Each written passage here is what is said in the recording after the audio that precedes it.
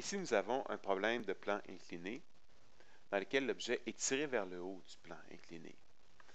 Donc, il est tiré vers le haut avec une force de 300 newtons. Donc, premièrement, on va représenter les forces. Donc, nous avons une force gravitationnelle de 200 newtons, donc 20 fois 10, et la force appliquée qui va quand même être assez grande, donc qui va être de 300 newtons vers le haut.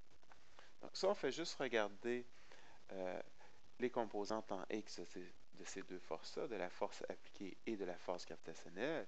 On n'a aucun doute sur le fait que l'objet va monter vers le haut. Bien, excusez pour le pléonasme. Donc, il va monter le plan incliné. Donc, ça m'indique que je dois absolument faire mon système des X, donc le côté de mes X positifs, vers le haut du plan, parce que l'objet, il va monter le plan. Donc, il ne descendra pas. Donc, la force de 300 newtons est assez grande pour que l'objet monte. Pas tout simplement qu'il va être ralenti en descendant, c'est que l'objet va réussir à monter le plan incliné. Donc là, ici, j'identifie mes forces, ma force appliquée de 300, ma force gravitationnelle ici de 200. Ensuite, j'ai aussi une petite force de friction qui va être toujours opposée au mouvement. Donc, une petite force de friction de 50 newtons de cette façon-ci, qui va s'opposer au mouvement vers le haut. Donc,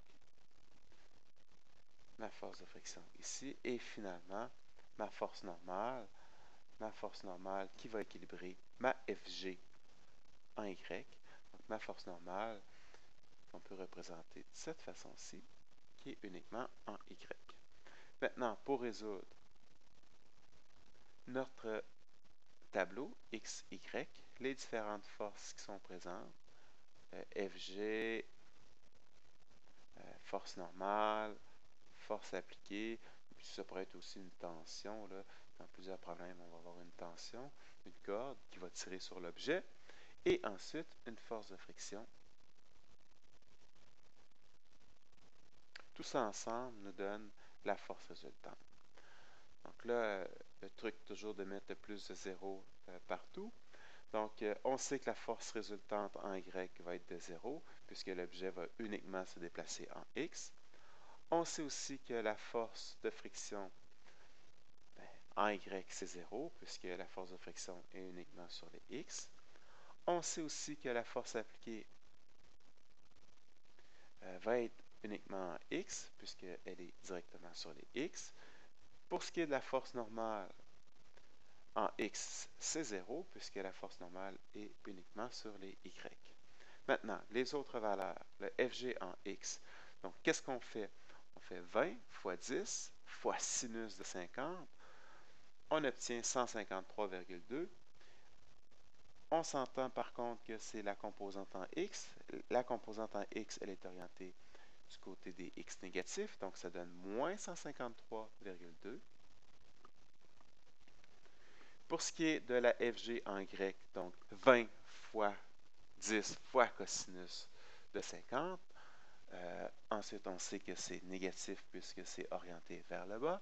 Donc, 128, moins 128,5, excusez-moi.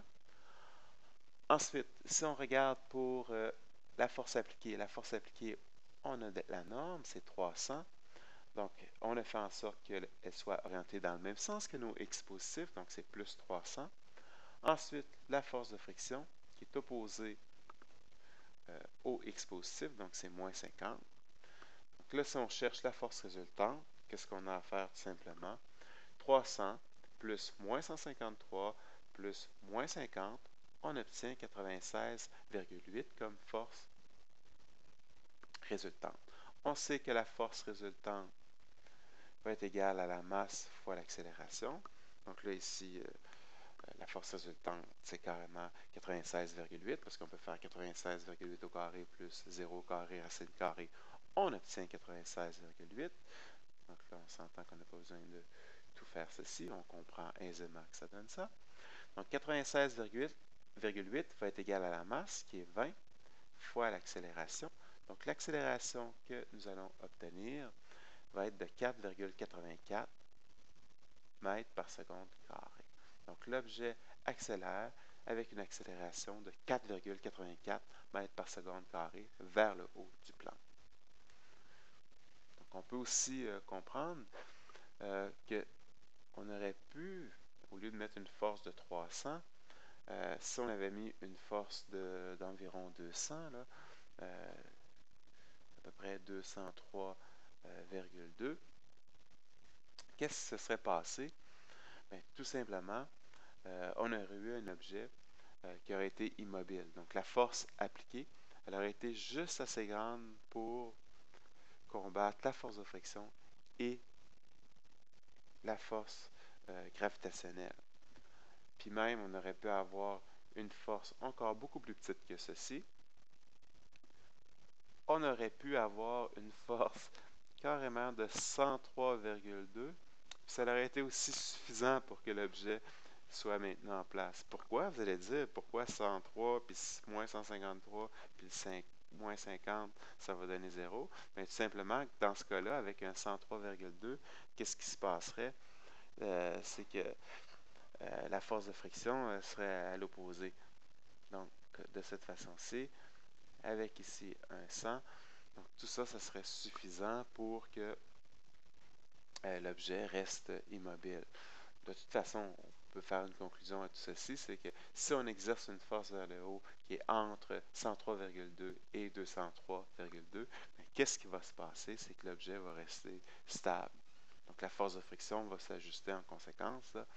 Donc de 103,2 à 203,2, la force de friction va être adéquate pour que l'objet soit immobile. Donc, si on a une force qui est plus grande que 203,2 vers le haut, l'objet monte.